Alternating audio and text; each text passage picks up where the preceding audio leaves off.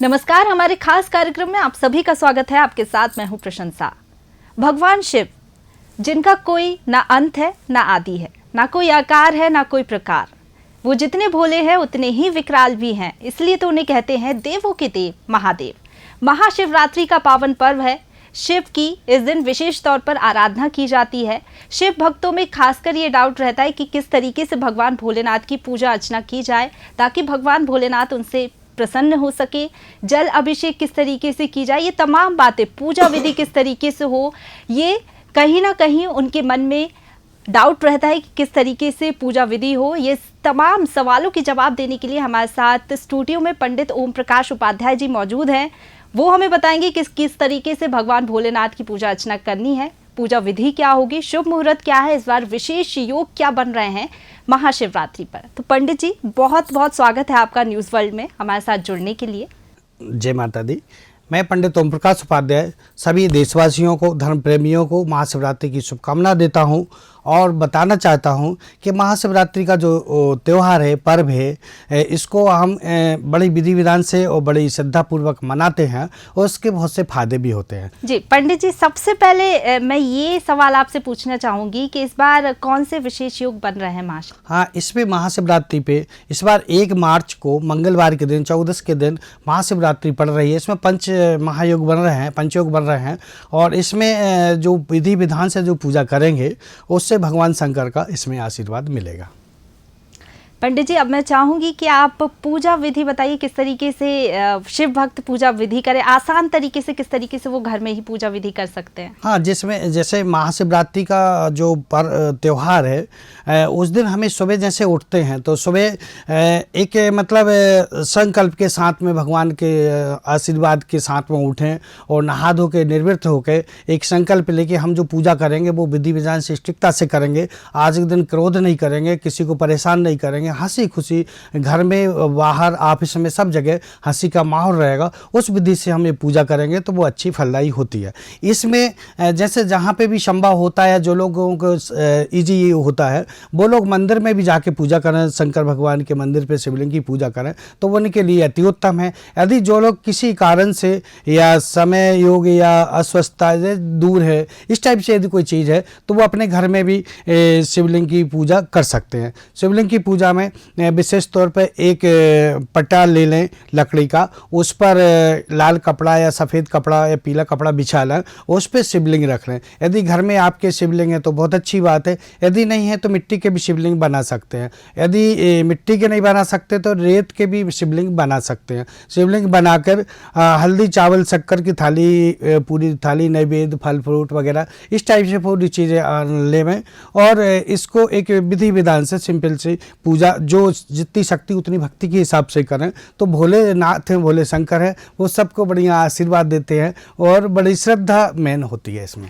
बिल्कुल, जिस तरीके से आपने जिक्र किया, कहते हैं कि भोलेनाथ बहुत ही जल्दी प्रसन्न हो जाते हैं। एक लोटा जल भी उनके ऊपर चढ़ा दिया जाए और अगर मन से उनकी भक्ति की जाए तो वो बहुत जल्दी प्रसन्न हो भी जाते हैं। तो पंडित जी, अगर यहाँ पर अभिषेक की बात की जाए तो महाशिवरात्रि पर अभिषेक का प्रावधान बहुत ज़्यादा रहता है। कुछ लोग शहद से अभिषेक करते हैं, कुछ लोग कच्चे दूध से अभिषेक करते हैं और कुछ लोग उसमें तिल भी मिलाते हैं। तो इन चीज़ों का किस चीज़ का ध्यान रखना है? क्या राशि के अनुसार ये होता है या फिर सिंपल तरीके से अगर देखा जाए तो कैसे अभिषेक कर सकते हैं?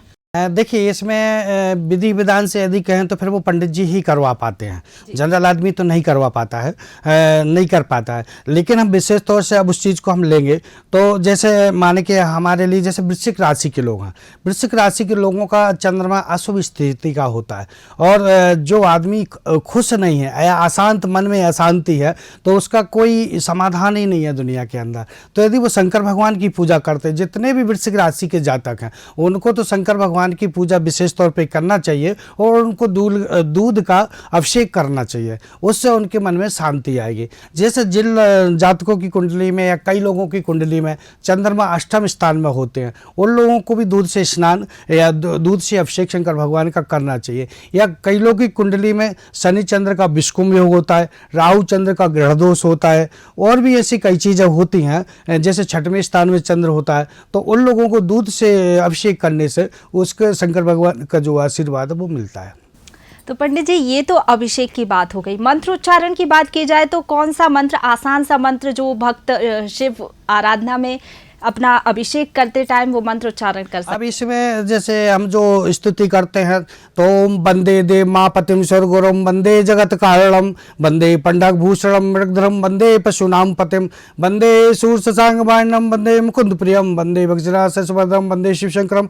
इस तरह से शंकर भगवान की स्तुति करके पूजा स्टार्ट की जा सकती है। और ओम नमः शिवाय का जितना मंत्र अपन जाप कर सकते हैं, बोल सकते हैं, इस दिन यदि एक बार यदि मंत्र बोलते हैं तो 1000 बार के बराबर उसमें फल मिलता है।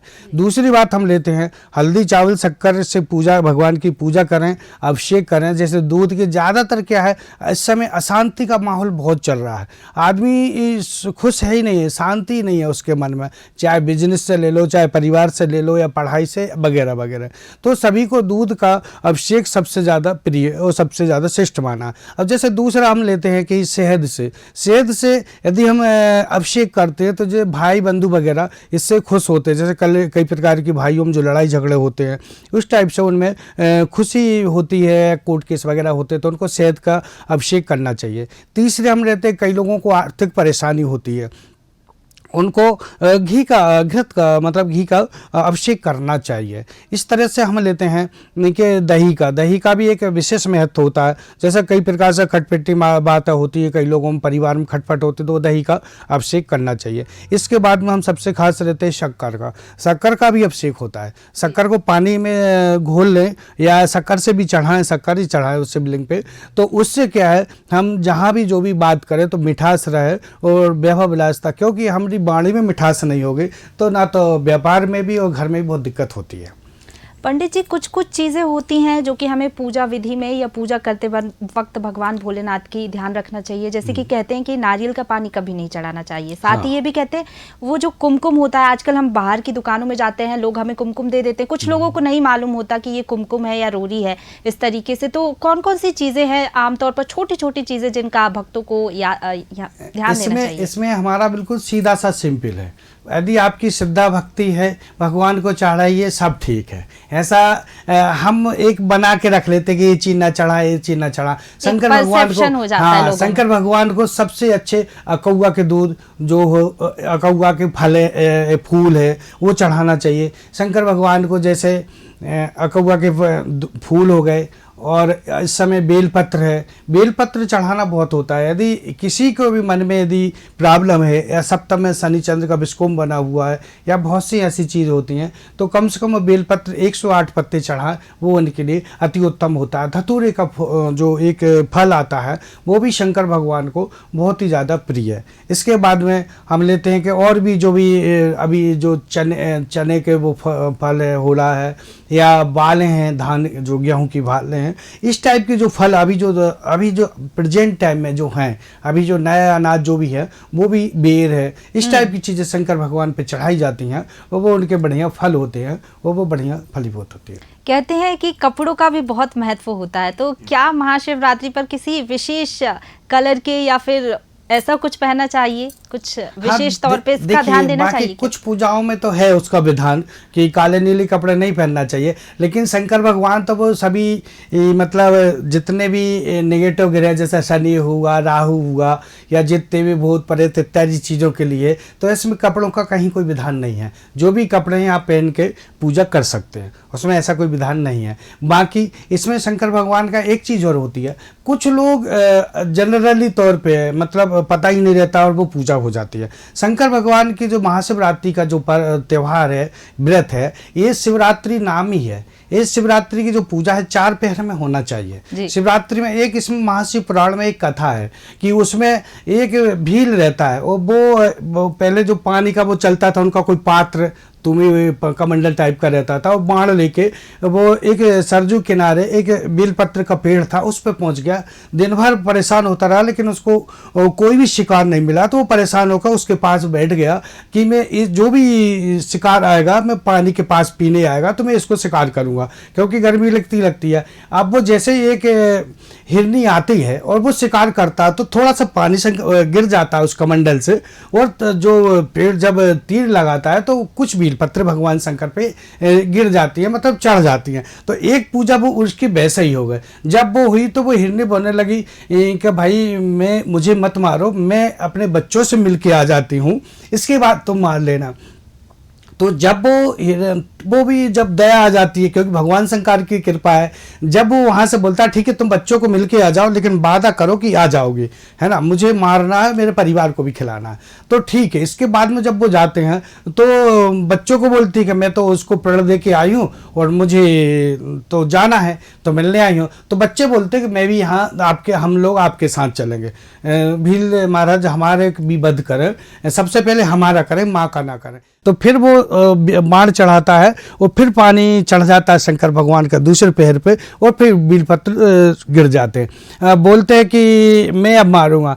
तो बोले कि वो हिरणी बोलती है कि मैं पति से भी मिल के आ जाऊं, अब मार तो रहे हो तो कम से कम उनसे भी मिल के आ जाती हो। तो इस तरह से फिर भील भाई फिर से वो प्रसन्न हो गए, ठीक है मिल के आ जाओ। तो जब वो फिर से मिलने जाते हैं वो तीनों, तो वो कहते हैं कि एक काम करते हैं, अपन पूरा परिवार चलते हैं। भीलराज को मानना है तुम बच्चे नहीं रहे, जिसकी माँ नहीं रही तो मैं जी के क्या करूंगा। तो वो फिर क्या है पूरा परिवार ही आ जाता है। जब वो सोचता है भील के फिर कोई तीसरा वो आ गया, तो फिर वो बाण चढ़ाता, फिर वो पानी गिर जाता उसके कमंडल से, फिर 2-4 बेलपत्री के फूल शंकर भगवान पर गिर जाते, बेलपत्री के जो पत्ते हैं गिर जाते हैं। इस तरह से जब गिर जाते हैं तो तीसरे पैर की पूजा हो जाती है। शंकर फिर वो कहते हैं भाई मारने के लिए तैयार हो जाता है कि बोले कि आप देख लो, मारना तो सबको मारना, लेकिन एक को मत छोड़ना, हम सभी एक साथ मरना चाहते।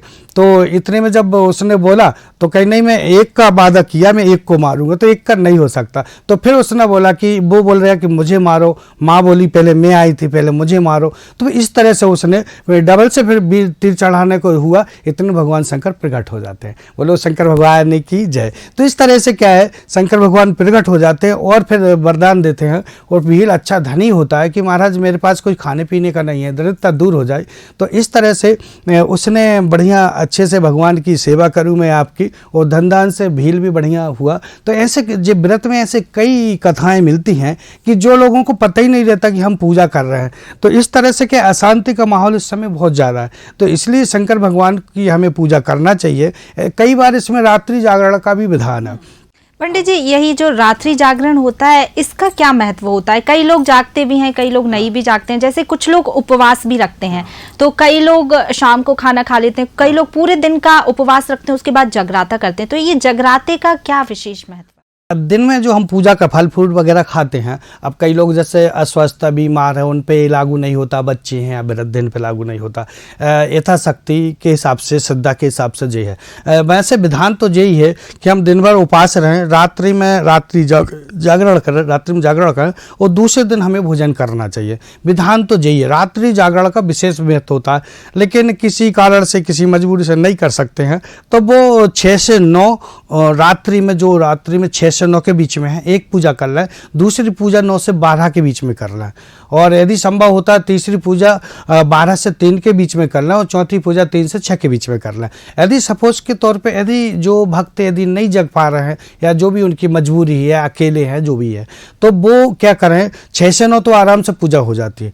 9 से 11 कर लें, और 11 के बाद में 2 पूजा हो जाएंगे, और जो 11 और 12 के बीच में 2 बार पूजा कर लें। लेकिन महाशिवरात्रि के दिन कम से कम 12 बजे तक तो जगना हर एक आदमी को चाहिए। जितने आप उस दिन ओम नमः शिवाय का जाप करेंगे, उतने ही आपके मन में एक विल पावर बढ़ेगा।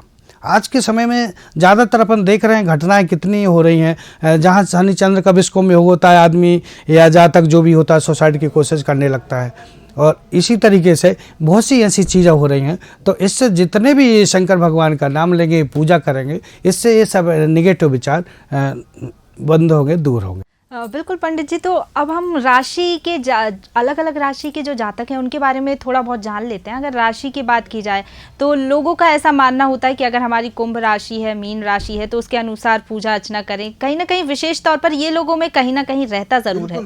तो अगर राशियों की बात की जाए तो आप थोड़ा दर्शकों को बताइए कि अगर उनकी राशि मीन है, कुंभ है, या जो भी राशि, उसके अनुसार कैसे पूजा पाठ। राशि के हिसाब से हम मानते हैं कि सबसे ज़्यादा वृश्चिक राशि वालों को शंकर भगवान भगवान की पूजा करते ही रहना चाहिए। और महाशिवरात्रि पे तो उनको करना ही करना है विशेष तौर पे, क्योंकि जहाँ चंद्रमा अशुभ स्थिति का होता है तो उनके लिए तो शंकर भगवान की पूजा बहुत ज़रूरी है, उनके लिए बहुत ज़्यादा फलदायी होती है। फिर दूसरी बात हम लेते हैं कुंभ राशि वाले, जहाँ चंद्र शनि की राशि में बैठते हैं, वो लोग भी अकड़ टाइप के होते हैं, खुशी नहीं होती, चिड़चिड़े होते हैं, इस टाइप की चीज़ें बहुत ज़्यादा देखने को मिलती हैं। तो कुंभ राशि के लोगों को भी पूजा विधि विधान से करना चाहिए और हमेशा करना चाहिए। हम तो कहते हैं महाशिवरात्रि के बाद भी उनको शंकर भगवान की पूजा करें और देखें, इसका परिणाम भी देखें कि उनको कितनी शांति मिलती है। तीसरी बात है मकर राशि के जातकों को भी, वो भी मतलब शनि की राशि पे चंद्र बैठते हैं, तो उनको भी मतलब शंकर भगवान की पूजा करना चाहिए और इससे उनको मन में शांति हो। दूध से अभिषेक करना चाहिए, दूध का दान करना चाहिए। इसके बाद में हम लेते हैं जैसे मेष राशि का बोला आपने, मेष राशि के जातकों को गुस्सा ज़्यादा आती है, गुस्सा ज़्यादा आती है, तो गुस्सा यदि आएगा तो उससे कई चीज़ें खराब होती है, बीपी भी बढ़ता है और व्यवहार नौकरी में भी दिक्कत खड़ी हो जाएगी, घर में भी इस टाइप के। उनको भी शंकर भगवान को दूध का अभिषेक करना चाहिए जिससे कि गुस्सा उनकी शांत हो। वृषभ राशि वाले, वृषभ राशि वालों को चंद्रमा बहुत अच्छा होता है लेकिन उनको नज़र बहुत लगती है ना। ऐसे जातकों के लिए हमेशा घी का अभिषेक करें शंकर भगवान को, या गन्ने के रस का भी वो अभिषेक कर सकते हैं, शक्कर का अभिषेक कर सकते हैं, है ना। क्योंकि वृषभ राशि के चंद्रमा तो ठीक है, सब अच्छा है, लेकिन नज़र लग जाती है तो इस कारण से भी वो लोग परेशान हो जाते हैं। मिथुन राशि वाले जातक ज़्यादातर क्या है, दूसरे लोगों की बातों में आ जाते हैं, कहीं इधर डुल गए इधर डुल गए, वो स्थिर नहीं रह पाते हैं। तो उन लोगों के लिए, मिथुन राशि वालों के लिए और कन्या राशि वालों के लिए, इन लोगों के लिए शंकर भगवान को हरी सब्जी या हरा जो भी चीज़ संभव हो सकता है, हरे में जैसे मान के चले अपन आजकल ककड़ी वगैरह, खीरा है, इस टाइप के फल चढ़ाना चाहिए उनको, और शहद भी चढ़ा तो उनके लिए अच्छा होगा। अब इसके बाद में आ जाता है मीन राशि और धनु राशि।